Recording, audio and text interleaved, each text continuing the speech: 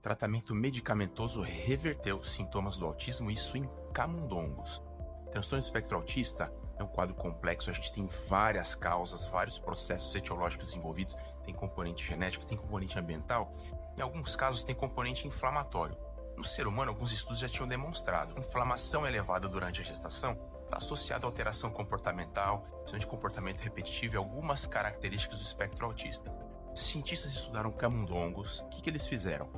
Eles induziram inflamação em camundongas gestantes. Eles observaram que a prole, os filhos dessas gestantes que passaram por processo inflamatório mais elevado, desenvolveram sintomas de autismo, alteração de comportamento, que simula um pouquinho o autismo no ser humano. Esses camundongos, eles cresceram, os sintomas persistiram ao longo da vida dos camundongos e os cientistas trataram esses camundongos com rapamicina, um medicamento quimioterápico, que já existe, já usado para tratamento de câncer e algumas outras aplicações.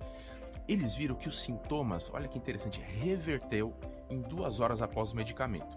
Só que essa reversão ela foi temporária. Isso talvez nos indique que o medicamento não altera a circuitaria do cérebro, só que pode alterar o funcionamento.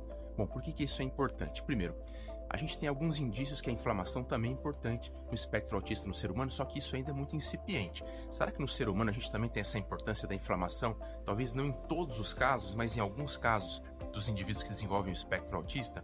Segundo, para esses casos que a inflamação é importante, será que a gente também vai observar esse efeito da rapamicina em melhorar os sintomas? Talvez esse seja o primeiro indício. Outras pesquisas são necessárias. Vamos acompanhar esse tema. Bom dia.